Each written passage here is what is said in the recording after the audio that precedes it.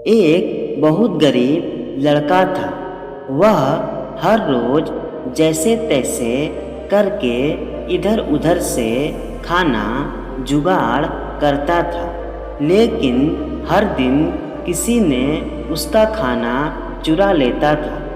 एक दिन उसे पता चला कि एक चूहे ने उसका खाना चुरा लेता है, तो उसने चूहे को पकड़ लिया और उससे पूछा, तुम जानते हो कि मैं कितना गरीब हूँ, फिर भी तुम हमेशा हमारा खाना चुराते हो। अगर तुम्हें चोरी करनी है तो तुम एक अमीर आदमी का खाना चुराओ, इससे उसका कोई फर्क नहीं पड़ेगा। तो चूहे ने लड़के को कहा, तुम कितनी भी कोशिश कर लो, तुम्हारे अपने जीवन में उतना ही मिलेगा जितना तुम्हारा भाग्य में लिखा है। तुम जितना भी खाना जुगाड़ करके लाओ, तुमको वही मिलेगा जो तुम्हारा भाग्य में लिखा है।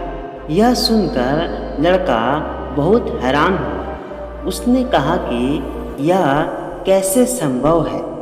फिर चूहे ने लड़के से कहा, यदि तुम जानना चाहते हो कि तुम्हारा भाग्य में क्या लिखा है तो तुम गौतम बुद्ध के पास जाओ, वह तुमको बता सकते हैं कि तुम्हारा भाग्य में क्या लिखा है। लड़के ने गौतम बुद्ध से मिलने के लिए घर से निकलता है। जाते जाते बहुत रात हो गई और रास्ते में उसे एक हवेली दिखाई दिया और उसने हवेली के लोगों से एक रात रुकने की अनुमति मांगी।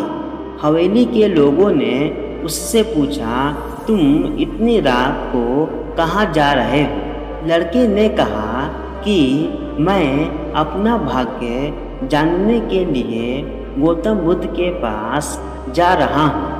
फिर उन्होंने लड़के से कहा, तुम हमारे लिए गौतम बुद्ध से एक बात पूछ सकते हो कि हमारी एक 16 साल की बेटी है, लड़की बात नहीं कर पाती, क्या करने से उसकी गले में आवाज़ वापस आएगी?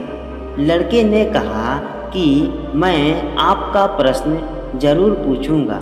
फिर सुबह होने पर वह उन्हें धन्यवाद दिया और आगे निकल गया। आगे रास्ते में बर्फ का पहाड़ मिला। जब वह बड़ी मुश्किल से पहाड़ पर चढ़ा तो वहाँ उसकी मुलाकात एक जादूगर से हुई। जादूगर ने लड़के से पूछा कि वह कहाँ जा रहा है। उसने कहा कि मैं अपना भाग्य जानने के लिए गौतम बुद्ध के पास जा रहा हूँ। तब जादूगर ने कहा, क्या तुम उनसे मेरी ओर से एक प्रश्न पूछ सकते हो? मैं स्वर्ग जाने के लिए सैकड़ों वर्षों से तपस्या कर रहा हूँ। इतने दिनों में मैं स्वर्ग चला जा सकता था, लेकिन नहीं जा पाया। तो क्या करने से मैं स्वर्ग जा सकता हूँ? लड़के ने कहा कि मैं आपका प्रश्न जरूर पूछूंगा। जादूगर के पास एक जादू की छड़ी थी। वह उसकी मदद से लड़के को बर्फ से ढके पहाड़ के दूसरे छोर पर पहुंचा दिया। इसके बाद उसके सामने आई एक बड़ी नदी, जिसे पार कर पाना उसके लिए नामुमकिन था। तभी उसकी मुलाकात एक विशाल कछुए से हुई। कछुआ भी उसे नदी पार करने के लिए राजी हो गया। रास्ते में कछुए ने उससे वही प्रश्न किया कि वह कहाँ जा रहा है। लड़के ने कहा कि मैं अपना भाग्य जानने के लिए गौतम बुद्ध के पास जा रहा हूँ। कछुए ने उससे पूछा कि क्या वह मेरी ओर से गौतम बुद्ध से एक प्रश्न पूछ सकता है। मैं 500 वर्षों से ड्रैगन बनने की कोशिश कर रहा हूँ, लेकिन मैं नहीं बन पाया।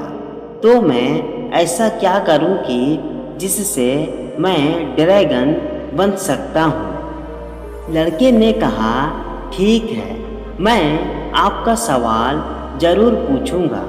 कछुआ ने उसे अपनी पीठ पर बिठाया और नदी पार कर गया। आखिरकार वह लड़का गौतम बुद्ध के पास आ पहुंचा। वहां उसने और भी बहुत से लोगों को बैठे हुए देखा। गौतम बुद्ध ने कहा कि मैं एक व्यक्ति के लिए सिर्फ 3 प्रश्नों का उत्तर दूंगा। लड़का थोड़ा चिंतित हो गया क्योंकि उसे 4 प्रश्न पूछने थे। लड़के ने सोचा कि वह कौन से 3 प्रश्न पूछे। उसने उस कछुए के बारे में सोचा जो 500 वर्षों से ड्रैगन बनने की कोशिश कर रहा है। वह जादूगर जो स्वर्ग जाने के लिए सैकड़ों वर्षों से तपस्या कर रहा है। और वह लड़की बिना बात किए अपना पूरा जीवन कैसे बिताएगी।